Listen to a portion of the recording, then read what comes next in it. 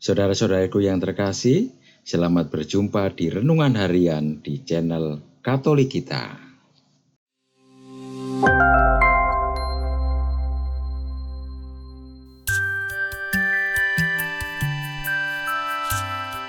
Hari ini, Kamis 22 Februari 2024, Pekan Prapaskah yang pertama. Bacaan diambil dari Injil Matius bab 16 ayat 13 sampai dengan ayat 19. Sekali peristiwa, Yesus tiba di daerah Kaisarea Filipi. Ia bertanya kepada murid-muridnya, "Kata orang, siapakah anak manusia itu?"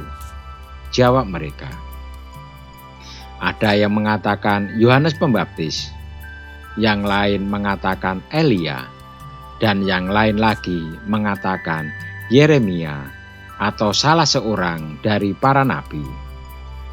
Lalu Yesus bertanya kepada mereka, "Menurut kamu, siapakah aku ini?" Jawab Simon Petrus, "Engkau adalah Mesias, Anak Allah yang hidup." Kata Yesus kepadanya, "Berbahagialah engkau Simon anak Yunus, sebab bukan manusia yang menyatakan itu kepadamu, melainkan Bapa-Ku yang di surga. Aku pun berkata kepadamu, engkau adalah Petrus, dan di atas batu karang ini aku akan mendirikan gerejaku, dan alam maut tidak akan menguasainya. Kepadamu akan kuberikan kunci kerajaan surga. Apapun yang kau ikat di bumi akan terikat di surga, dan apapun yang kau lepaskan di bumi akan terlepas di surga." Demikianlah sabda Tuhan. Terpujilah Kristus. Saudara-saudariku yang terkasih, untuk menghormati Santo Petrus sebagai wakil Kristus dan gembala tertinggi gereja yang mempunyai kuasa rohani atas segenap anggota gereja dan semua gereja setempat, hari ini kita merayakan pesta tahta Santo Petrus. Dalam merayakan pesta tahta Santo Petrus, kita merayakan martabat kepausan. Tahta biasa disebut katedra, tempat duduk bagi uskup untuk melayani, mempersatukan dan mengajar umat Allah di keuskupannya. Karena itu kita mengenal gereja katedral, yakni bangunan gereja di mana terdapat kursi atau tahta uskup setempat. Uskup adalah pemersatu dan pelindung seluruh gereja lokal atau keuskupannya. Paus adalah uskup di Roma. Ketika ia duduk di tahtanya, ia juga melayani, mengajar, dan mempersatukan seluruh gereja universal. Paus adalah hamba dari para hamba Allah. Sosok Santo Petrus menjadi sangat penting hari ini.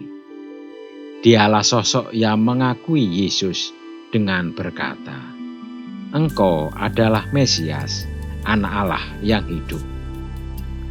Yesus sendiri menyerahkan kuasanya kepada Petrus untuk menjadi gembala. Yesus berkata, "Engkau adalah Petrus, dan di atas batu karang ini aku akan mendirikan gerejaku, dan alam maut tidak akan menguasainya."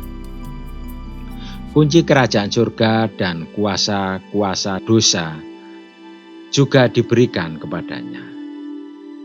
Petrus dalam bacaan pertama mengingatkan para penatua, khususnya pengganti rasul-rasul, untuk menggembalakan kawanan domba Allah yang telah dipercayakan kepada mereka. Bukan dengan terpaksa, melainkan dengan sukarela, sesuai kehendak Allah. Bukan untuk mencari keuntungan, melainkan dengan mengabdikan diri. Pesan Petrus bagi para penatua masih aktual hingga saat ini. Sebuah pesan yang sangat menantang bagi para gembala. Artinya, dalam menjalankan tugas kegembalaan, para gembala haruslah menjalaninya dengan sukarela sesuai kehendak Allah dan tidak mencari keuntungan, popularitas, dan hal-hal duniawi lainnya. Para gembala membawa umat Allah kepada Kristus, bukan bagi diri sendiri. Marilah kita berdoa. Santo Petrus, doakanlah kami agar memiliki rasa mencintai gereja, serta mencintai dan mematuhi para gembala kami dalam gereja. Amin. Saudara-saudariku yang terkasih, terima kasih atas kebersamaannya di dalam renungan harian ini. Kita akan berjumpa kembali di renungan harian berikutnya. Berkah dan